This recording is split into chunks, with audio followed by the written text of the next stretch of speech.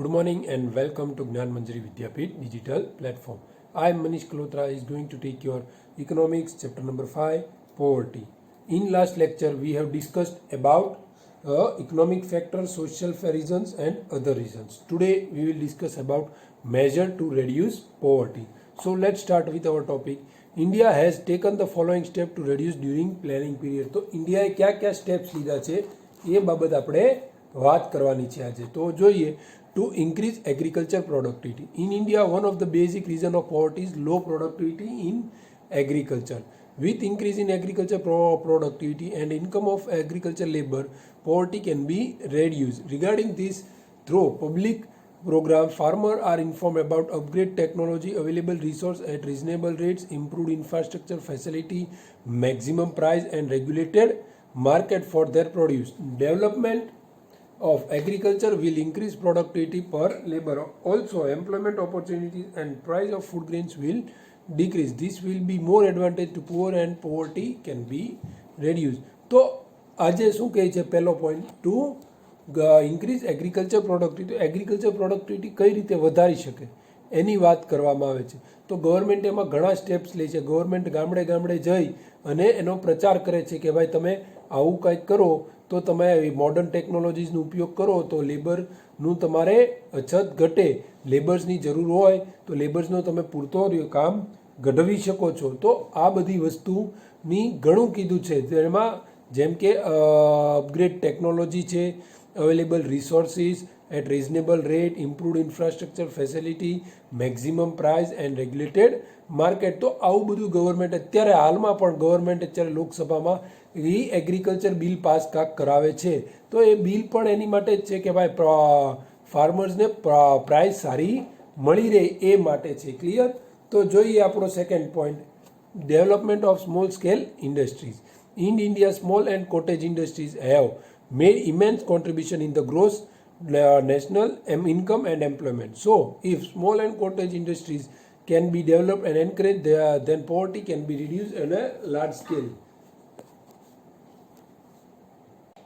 So small and cottage ઇન્ડસ્ટ્રીઝની વાત કરે છે. જો ડેવલપમેન્ટ એમાં સ્મોલ એન્ડ કોટેજ ઇન્ડસ્ટ્રી છે ને એમાં સૌથી તો મેઇન ફાયદો શું છે તો કે એ મેક્ઝિમમ પીપલને રોજગારી આપે છે. એ એક નાનું એવું ફેક્ટરી હોય છે એની તો એ 5 જણાને આપતું હોય તો એવા કેટલા સ્મોલ છે તો કેટલી રોજગારી મળે છે અને એમાં માણસોનું ઘર ચાલે. એટલે તો સરકાર જો development small and cottage industry ઉપર ધ્યાન દે તો આજે ગરીબીમાં હટી જવાની શક્યતા ઘણી રહેશે. ક્લિયર? તો જોઈએ આપણો third point, development of unorganised sector. Unorganised sector including vegetable vendor, masons in construction sector, agriculture laborers, vendors, etc. To improve the condition of these workers, National Commission has recommended to decide the working condition like life insurance, health, old age pension and other social security measures. Moreover, for small and marginal farmers, it is recommended to provide them with irrigation facility and loan facility. તો આ શું કહે છે unorganised sector. તો unorganised એટલે કે આ શાક બકાલા વેચવાવાળા હોય છે કે નહીં, પછી રમકડાવાળાના લારીવાળા ટૂંકમાં આપણે કહીએ છીએ, તો એ બધાને અનઓર્ગેનાઇઝ સેક્ટર. તો એને કઈ રીતે આગળ લાવવા તો ગવર્મેન્ટ કહે છે એની માટે કે અમે લાઈફ ઇન્સ્યોરન્સની પોલિસી એની માટે રાખીએ છીએ, એની હેલ્થની મેડિક્લેમ કરવાની છે, ઓલ્ડ એજ પેન્શન, અત્યારે વૃદ્ધાવસ્થાના માટે પેન્શન ગવર્મેન્ટે શરૂ કર્યું. તો આવી બધી વસ્તુ કહે છે તો જેનીથી ગવર્મેન્ટ એમ કહે છે કે તો અમે ડેવલપમેન્ટ કરી શકીએ, લોકોનું વિકાસ આગળ ગરીબીમાંથી બહાર લાવી શકીએ. તો કઈ રીતે લાવવું એના અમુક ઉપાય આપણને સૂચવ્યા છે. તો જોઈએ fourth point, use of appropriate tax policy.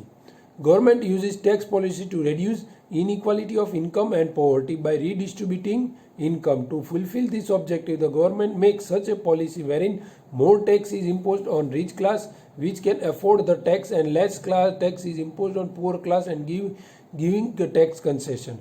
This way government collects a fund by imposing tax on rich people and makes expense on welfare oriented program for poor. As a result, social economic conditions of the poor improve and reduction in income inequality and poverty is seen. તો શું કહે છે, use of appropriate tax policy. તો tax પોલિસીમાં પણ બદલાવાની સરકારને જરૂર છે. તો જે લોકો પૈસા કામે છે, જે વધારે બહુ પૈસાવાળા છે, who are too rich peoples, તો એવા રીચ પીપલ છે, તો રીચ પીપલ પાસે ટેક્સીસ વધારે લેવા જોઈએ એવું કે છે. ગરીબ લોકો જે છે તો એને ટેક્સની બેનિફિટ આપવું જોઈએ, એને ટેક્સ ઓછો એની પાસેથી લેવો જોઈએ. તો આવું એમ કરવાથી ફાયદો શું થાય કે પૈસાવાળા છે તો એની ઉપર ટેક્સ નાખશો તો ચાલશે, એક્સ્ટ્રા ટેક્સ બર્ડન નાખશો તો એને કોઈ વાંધો નહીં. આપણે ગરીબ લોકોને ટેક્સ કન્સેશન આપશો તો ફાયદો એ થશે કે ગરીબને હાશકારો થશે, એને રિલેક્સેશન મળશે. પ્લસ જે એક્સ્ટ્રા ટેક્સ બર્ડન તમે પૈસાવાળા માટે નાખો છો રીચ પીપલ્સ ઉપર, એ પાછા એના પૈસા જે આવે છે, એનો ટેક્સ જે આવે છે, તો એ ટેક્સને તમે કન્વર્ટ કરી અને પીપલમાં આપણે એમ કે પુઅર પીપલના વેલફેર માટે તમે યુઝ કરી શકો છો. એક્સ્ટ્રા ટેક્સ તમારે જે આવે છે તો એ પુઅર પીપલ જે છે તો એના વેલફેર માટે તમે કન્વર્ટ કરી શકો છો. ક્લિયર? તો જોઈએ આપણો 5th point, rise in human capital investment. Developed Nations where large scale investment is made on education, skill development has very low level of unemployment. As a result, poverty is less. High level of education satisfies the requirement of various employment opportunities and choices among workers. Skill development increase the productivity of workers and that reflects in high wages. For that, at workplace, continuous investment is required for training and research. તો શું કહે છે તો કે આપણે capital investment વધારવાની વાત છે. તો ઇન્વેસ્ટમેન્ટ વધારવાથી શેમાં? તો કે ટ્રેનિંગ લોકોને પૂરતી આપવાનો, સ્કિલ ડેવલપમેન્ટ. કે અત્યારે આપણે ગવર્મેન્ટ આઈટીઆઈ જે કરે છે તો એ જ છે, તો એની સ્કિલ ડેવલપ કરવાની વાત છે. ગવર્મેન્ટ લેબર છે એને સ્કિલ ડેવલપ કરી શકે કઈ રીતે, તો એ કામ કઈ રીતે કરવું એની વાત કરવામાં આવે છે. ક્લિયર? તો આ વસ્તુ ઉપર આપણે ધ્યાન દેવાનું છે. તો એની પ્રોડક્ટિવિટી આપણે એમ કહી શકીએ, વર્કર્સ એની પ્રોડક્ટિવિટી કઈ રીતે વધારી શકે એની વાત આપણે અહીંયા કરવાની છે. તો પ્રોડક્ટિવિટી વધારવા માટે શું છે, કોઈ સ્કિલ ડેવલપમેન્ટ પ્રોગ્રામ્સ હોવા જોઈએ, એને પ્રોપર ટ્રેનિંગ મળવી જોઈએ, ડેવલપમેન્ટ એને રિસર્ચ એની એના ઓલા કામ ઉપર થવું જોઈએ. તો આ બધું થશે તો એને બેનિફિટ મળવા પાત્ર રહેશે. ક્લિયર? તો આ હતો આપણો 5th પોઈન્ટ. હવે આપણે જોઈએ 6th point, goods and service at reasonable price. To provide nutritious foods and food security to poor people, it should be made available at reasonable rates, which will also directly reduce poverty.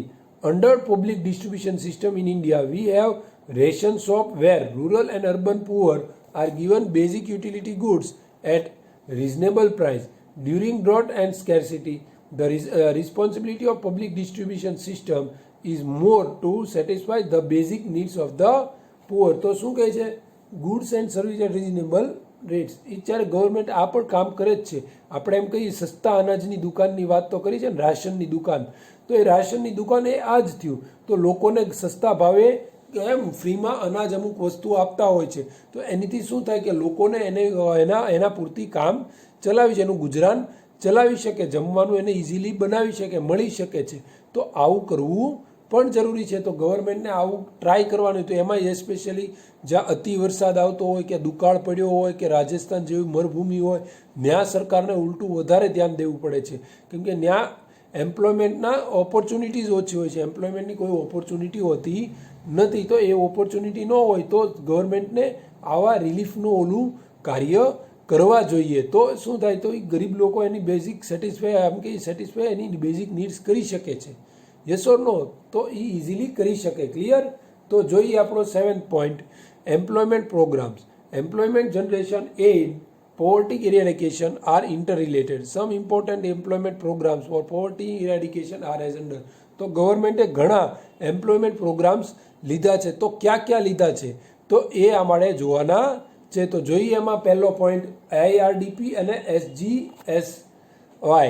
તો integrated rural development programme અને સુવર્ણ જયંતિ ગ્રામ સ્વરોજગાર યોજના. તો વાત કરીએ એની. તો during the 6th 5-year plan, various agencies started different programs for rural poor. All these programs were merged in IRDP on 2nd October 1980. The main objective of IRDP is to encourage poor peoples for self-employment so that they can get more income to rise above the poverty line. તો ગવર્મેન્ટે 6th fire પ્લાનમાં 2 October 1980ના આવા જે આપણે એમ કહીએ કે ફાયદાકારક welfare યોજનાઓ બધી હતી તે યોજનાઓને બધાને ભેગી કરી અને એક યોજના બનાવી અને સેલ્ફ એમ્પ્લોયડ કઈ રીતે લોકો બની શકે અને પોવર્ટી લાઇનની ઉપર કઈ રીતે આવી શકે એ કોશિશ કઈ રીતે કરી શકે એ માટે એણે આઈઆરડીપી નામની એક પ્રોગ્રામ બનાવ્યો હતો. તો એ પ્રોગ્રામ મેઇન ફોકસ શું કરે છે તો કે લોકો કઈ રીતે સ્વરોજગારી મળે અને એ ગરીબી લાઇનની નીચેથી ઉપર આવી શકે. તો હવે જોઈએ this programme focused on few special group which include small and marginal farmers, agriculture and rural artisans. તો આ ફોકસ આઈઆરડીપી કોને કરતું હતું તો કે સ્મોલ એન્ડ માર્જિનલ ફાર્મર્સ છે, એગ્રીકલ્ચર લેબર્સ છે, રૂરલ આર્ટિશન્સ છે. તો આ બધા લોકો ટૂંકમાં આપણે એમ કહીએ છીએ કે ગામડા ઉપર ફોકસ વધારે હતો. આ બધા લોકો ક્યાં જોવા મળતા હોય તો ગામડામાં જોવા, તો ગામડાના લોકો ઉપર ફોકસ વધારે હતો. ક્લિયર? તો this was IRDP programme is also known as anti poverty programme. આઈઆરડીપીને શું કહેવામાં આવે છે? Anti poverty programme. તો following programmes were including in self development programmes. તો કયા પ્રોગ્રામ્સ ઇન્ક્લુડ છે જોઈએ તો IRDP integrated rural development programme, TRYSEM training and training of rural youth for self employment, DWCRA development of women and child in rural areas, MWS million wells scheme, SITRA supplying improved tool kit two rural આર્ટિશન્સ ને Ganga welfare scheme. તો આ બધી યોજનાઓને merge કરી કે આ બધી યોજનાઓને આપવામાં આવે છે, આવા બધા બેનિફિટ્સ એમાં આપવામાં આવે છે, અલગ અલગ બેનિફિટ્સ પ્રોવાઈડ કરવામાં આવે છે. ક્લિયર? તો જોઈએ on 1st April 1999 IRDP and other program integrated with it were merged and named as Suvarna Jayanti Gram Swarojgar Yojana. Under this scheme in rural areas, apart from development of small trade, self-help group were also provided infrastructure facility, technology, loan facility, market for final goods to rural poor, etc.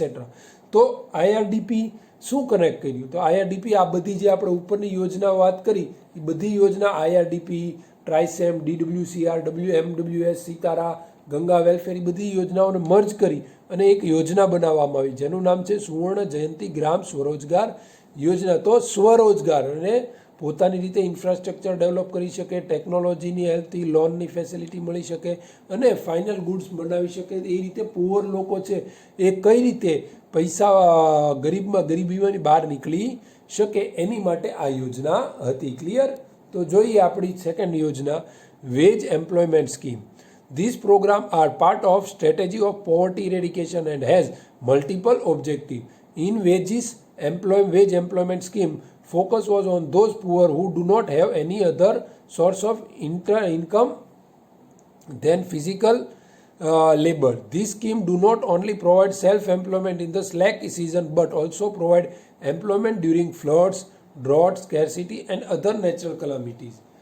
Under this scheme, infrastructural services development in rural areas, it is tried to that labor should get proper salary. Wages employment scheme includes Jawahar Rozgar Yojana and Employment Assistance Scheme. તો આમાં શું છે કે government એમ try કરે છે કે કઈ રીતે લોકોને રોજગારી મળે એ માટે ગવર્મેન્ટ કાંઈક નવી સ્કીમ લાવે છે. એના ગામડાની આજુબાજુના 5-10 ગામડા આજુબાજુ એક નવી સ્કીમ લાવે તો એમાં રોજગાર લેવાની મળે તો એમાં ત્યાં જઈને મજૂરી કરે અને એનું ઘર ગુજરાન ચલાવી કઈ રીતે શકે એ માટે એ અહીંયા કામ કરવાનું હોય છે. તો એમાં પાછી 2 યોજનાઓ ઇન્ક્લુડ થાય છે, એક તો જવાહર રોજગાર યોજના અને બીજું એમ્પ્લોયમેન્ટ અસિસ્ટન્ટ સ્કીમ. તો આ બંને રોજગાર યોજનાઓને ભેગી કરવામાં આવી છે અને યોજના બનાવવામાં આવી છે. ક્લિયર? તો જોઈએ આપણી થર્ડ યોજના પ્રાઇમ મિનિસ્ટર રોજગાર યોજના. તો જોઈએ in the decade of 90s employment generation in organized sector was stagnant and in public sector negative growth was noticed. On the other hand, unemployment rate was raised fast. On this situation, Prime Minister Rozgar Yojana was started for self-development employment with the objective of starting ventures to provide employment to educated unemployed. તો prime minister રોજગાર યોજના તો એ કોની માટે છે કે જે સ્વ employment, we can self employed V can સે ઇટ. તો એ પોતાની રીતે સ્વરોજગાર કઈ રીતે મેળવી શકે, પોતે કાંઈ નાનું એવું આઈડિયા લાવી અને બિઝનેસ સ્ટાર્ટ કરવી હોય તો એ બિઝનેસ સ્ટાર્ટ કરવા માટે ફંડ એ ગવર્મેન્ટ આપી શકે, એને ઇન્ફ્રાસ્ટ્રક્ચર આપી શકે, એને કોઈ બીજું એવું હોય તો પબ્લિક સેક્ટરના સાથ લઈ અને પોતાનો ડેવલપમેન્ટ કઈ રીતે કરી શકે એ માટે છે. તો આ 90s અનએમ્પ્લોયમેન્ટ જ્યારે બહુ વધી ગયું હતું ને ત્યારે આ ગવર્મેન્ટે પ્રાઇમ મિનિસ્ટર રોજગાર યોજના લાવ્યા હતા. તો એ રોજગાર યોજનાનું મહત્વ શું હતું, તો to we can say how people can become self employed. Self employed કઈ રીતે લોકો બની શકે એ માટે આ વાત કરવામાં આવી હતી. ક્લિયર? તો જોઈએ આપણો 7.4 national rural employment guarantee act, NREGA. Now નરેગાને હવે મનરેગા કહેવામાં આવે છે, Mahatma Gandhi national rural employment guarantee act. તો જોઈએ, in the year 2005, National Employment Guarantee Act was accepted with the objective of creating assets through public construction activities and to provide employment to one person per family of minimum 100 days to rural and urban poor, as well as labor lower middle class families. In 2009, Narega was reformed as MNREGA, Mahatma Gandhi national rural employment guarantee act. તો નરેગા કે મનરેગા, તો એનું મહત્વ શું છે કે લોકોને ઘર દીઠ 100 દિવસ તો મિનિમમ રોજગારી મળી શકે એ માટે એ આપણે કામ કરવાનું છે. તો આ યોજના કઈ છે, તો આપણે ગામડે કોઈ જો રહેતું હોય તો એને ખબર હોય ખાડિયા ખોદવાની યોજના એમ કહેવામાં આવે છે. તો જે ખાડિયા ખોદવાની વાત કરે ને એ આ મનરેગાની યોજના દ્વારા જ કરવામાં આવે છે. જ્યાં નાના ચેકડેમ્સ બનાવવા માટે ધૂળની જરૂર હોય કે કોઈ બીજો રોડ બનાવવાનો હોય કે કોઈ એવી ફેસિલિટી બનાવવાની હોય તો એ માટે મનરેગાની યોજના દ્વારા કામ કરવામાં આવે છે. ક્લિયર? તો આ છે મનરેગા યોજના, જેમાં પર પર્સન એક ફેમિલી દીઠ 100 દિવસ આપણે મજૂરી મળી શકે, નોકરી એને મળી શકે, કામ મળી શકે એની ગેરંટી આપવામાં આવી છે. એને કહેવામાં આવે છે MNREGA, Mahatma Gandhi national rural employment guarantee act. Clear? તો હવે જોઈએ આપણો next point, housing scheme. In India still a majority of poor people dwell in semi-stable or temporary houses with an objective to provide proper dwelling to poor. In the year 1985-86, Indira Awas Yojana was started for families below poverty line and scheduled caste, scheduled tribes. Moreover, in 2013-14, Rajiv Gandhi Yojana was implemented to improve the housing of those who reside in huts. In urban areas also, poor people reside in slums where they are deprived of basic facilities of drinking water, toilets and electricity. Due to fast increasing problem of dwelling in urban areas, from 25th June 2015 for urban poor, Prime Minister Awas Yojana was started. Housing schemes are important for dwelling purpose, but simultaneously they also create employment. તો લોકોને ઘર મળી લે, ઘરનું ઘર, સ્વપ્નનું ઘર એ કઈ રીતે મળી શકે એ માટે સરકાર અહીંયા કામ કરતી હોય છે. તો સરકાર ઇન્દિરા આવાસ યોજના 1985-86 કરી હતી કે જેથી લોકોને, ગરીબ લોકોને ઘર મળી શકે એ માટે સરકાર ફંડ આપે છે. પછી 2013-14 રાજીવ ગાંધી યોજના આવી, જેમાં આવાસ યોજના અર્બન એરિયાઝની વાત કરવામાં આવી. તો અર્બન એરિયામાં જ્યાં ઝૂંપડપટ્ટીમાં ને એવા વિસ્તારમાં રહે એને પાકું ઘર કઈ રીતે મળી શકે, તો એ ઘર મળે એની માટે વાત કરવામાં આવી છે. પછી 25 જૂન 2015 એક નવી અર્બન યોજના શરૂ થઈ જેનું નામ છે પ્રાઇમ મિનિસ્ટર આવાસ યોજના. તો એ પ્રાઇમ મિનિસ્ટર આવાસ યોજના પણ એ જ છે કે હજી જે અર્બન એરિયા એટલે કે સિટી એરિયાઝમાં જે રહે છે અને જેની પાસે ઘરનું ઘર નથી કે સ્વપ્નનું ઘર બનાવવા માગે છે તો એ પૈસા નથી, તો સરકાર એક લિમિટ આપે છે કે ભાઈ આટલા રૂપિયા અમે તમને આપશું, તમે ઘર બનાવો. તો ઘર બનાવવાથી શું થાય, તો એની બેઝિક નીડ સેટિસ્ફાય થાય, સાથે રોજગાર પણ, ઘર બનાવવામાં મજૂરી પણ જોઈએ તો રોજગાર પણ મળી રહે છે. તો એક સાથે બંને કામ સરકાર સાથે કરે છે. ક્લિયર? તો જોઈએ આપણો next point, social security scheme as a strategy two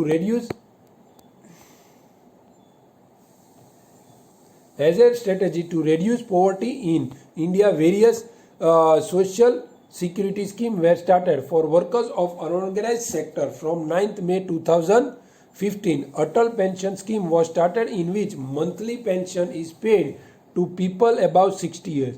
Under the Prime Minister's Security Scheme for people in the age of 18 to 70 years, accident insurance of 2 lakh was opened with minimum premium of 12, and Jeevan Jyoti scheme was started with 2 lakh life insurance policy at 330 yearly premium to safeguard farmers from crop failure.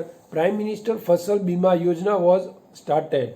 તો government security આપે છે, તો security એટલે આપણી safety એમ કહી શકો. Safety માટે શું કરવું, તો ગવર્મેન્ટે ઇન્સ્યોરન્સ સ્કીમ ઘણી ઘણી બહાર પાડી છે. તો વૃદ્ધ અવસ્થા કે નાની અવસ્થા હોય તો 18 થી 70 વર્ષની ઉંમરની વૃદ્ધ અવસ્થા જે લોકો કે યુવા લોકો છે તો એને એક્સિડન્ટ્સનો ઇન્સ્યોરન્સ કરાવવામાં આવે છે. તો એ 2 લાખ સુધીની સ્કીમ છે, એમાં 2 લાખ સુધીનો ઇન્સ્યોરન્સ મળે છે. એમાં તમારે મંથલી ખાલી 12 રૂપિયા 12 રૂપીઝ યુએસ ટુ પે અને તમે એ યોજનાનો લાભ લઈ શકો છો. બીજા છે જીવન જ્યોતિ સ્કીમ. તો જીવન જ્યોતિ સ્કીમમાં પણ એવું છે કે 2 લાખ સુધીની લાઈફ ઇન્સ્યોરન્સ પોલિસી મળે, જેમાં વાર્ષિક ખાલી તમારે 330 રૂપિયા પ્રીમિયમ ભરવું પડે છે. તો આવી રીતે બીજી પણ ઘણી યોજનાઓ છે. ગવર્મેન્ટે ક્રોપ ફેલિયર્સ માટે કે આપણે કપાસ કે કોઈ ખેડૂતોને માલનું નુકસાન થતું હોય છે તો એની માટે પ્રાઇમ મિનિસ્ટર ફસલ વીમા યોજના પણ સ્ટાર્ટ કરી. ટૂંકમાં ગવર્મેન્ટે આવી ઘણી યોજનાઓ પબ્લિક માટે સ્ટાર્ટ કરી. એમાં સેફટી માટે એસ્પેશિયલી તો ઇન્સ્યોરન્સની પણ યોજના સાથે શરૂ કરી છે. મેડિકલની પણ સુવિધા આપે છે ગવર્મેન્ટ. ક્લિયર? તો જોઈએ આપણો આગળનો point, Jan Dhan Yojana. Through financial inclusion to hit the root of poverty, an ambitious scheme Pradhan Mantri Jan Dhan Yojana was introduced. This scheme began on 28th August 2014. On the very first day of this scheme, 1.5 crore accounts were opened. Till 8 January, this number increased to 12.58 crores with investment of 10,000 crore. તો જનધન યોજના એટલે શું કે ગરીબ લોકોને bank એકાઉન્ટમાં કે bank સાથે કનેક્ટ કરવાની વાત છે. તો અહીં બેંક સાથે કનેક્ટ કરવા એટલે કે બેંકમાં એકાઉન્ટ ખોલાવવાનું. આજ સુધી શું હતું કે કોઈ પાસે બેંક એકાઉન્ટ પ્રોપર ગરીબ લોકો પાસે નહોતા, પણ જનધન યોજનાથી ફાયદો સરકારે ઘણા દીધા અને યોજના શરૂ કરી જેનાથી લોકો બેંક સાથે કનેક્ટ થાય. તો એ બેંક સાથે કનેક્ટ થાય એને જનધન યોજના કહેવામાં આવે. તો એ 28 ઓગસ્ટ 2014 એટલે કે તે દિવસે સ્ટાર્ટ કરી. તે દીના પહેલા જ દિવસે એક જ દિવસમાં ભારતમાં જનધન યોજનાના 1.5 કરોડ રૂપિયા 1.4 કરોડ એકાઉન્ટ ખોલવામાં આવ્યા હતા, જે 8 જાન્યુઆરી સુધી આવતા 8 જાન્યુઆરી 2015 આવતા 12.58 કરોડ એકાઉન્ટ ખુલી ગયા અને એમાં બેલેન્સ 10,590 કરોડ હતી. કેટલી? 10,590 કરોડ બેલેન્સ હતી. ક્લિયર? તો જોઈએ એના features and importance of Jan Dhan યોજના.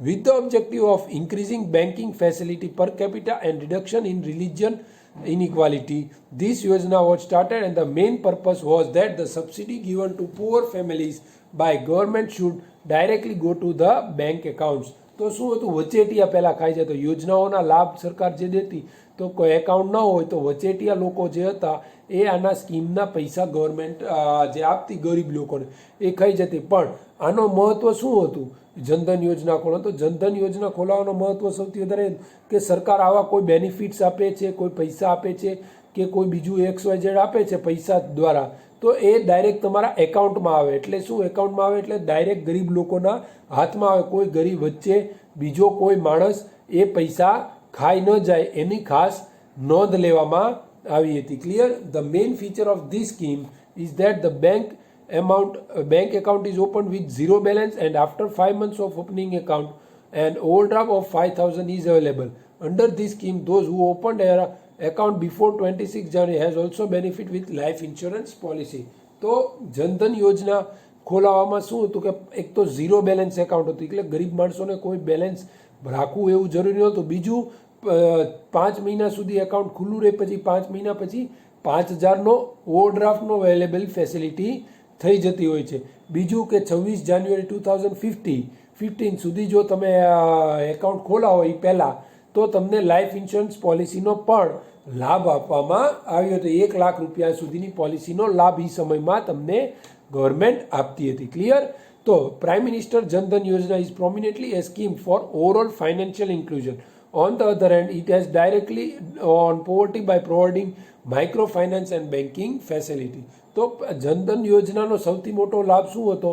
તો કે ફાઇનાન્શિયલ ફેસિલિટીઝ કઈ રીતે ગવર્મેન્ટ ડાયરેક્ટલી જરૂરિયાતમંદો સુધી પહોંચાડે, પ્લસ એમાં ફાઇનાન્સની સાથે સાથે બેંકની સાથે ગરીબ લોકોને કનેક્ટ પણ સરકારે કરી દીધા. તો આ હતો આપણો ટોપિક આજનો, measures of for to reduce poverty. એ આપણે આજે કમ્પ્લીટ કરીએ છીએ. સાથે સાથે આપણે આપણો ટોપિક પણ અહીંયા કમ્પ્લીટ કરીએ છીએ. આપણે આવતા લેક્ચરમાં ન્યૂ પોઈન્ટ લેશું, જે છે chapter number 6 unemployment. So today I conclude here.